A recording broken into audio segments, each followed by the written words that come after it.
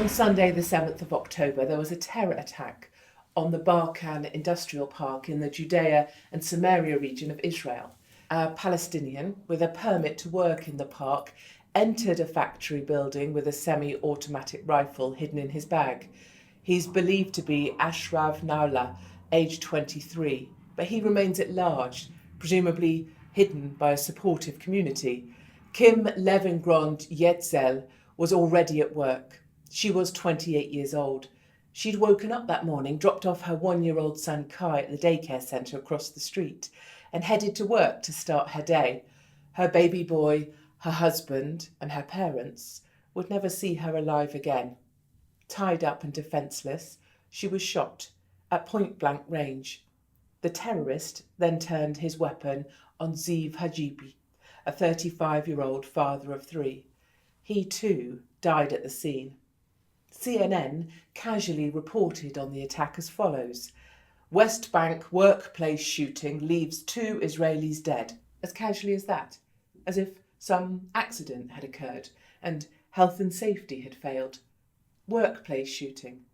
Imagine the outrage if this was a Palestinian mother gunned down at her place of work. As news of the killings of Israelis spread, supporters of the terrorist and his actions celebrated in the streets, making sweets to hand out to those jubilant at the deaths of Jews. Hamas said, "We applaud this heroic operation."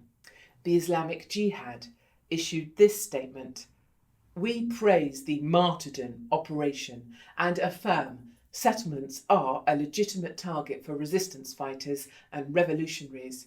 And Twitter accounts shared pictures of the dead woman when she was with her husband on their wedding anniversary, sharing emojis, crying with laughter at this Jewish family's devastation.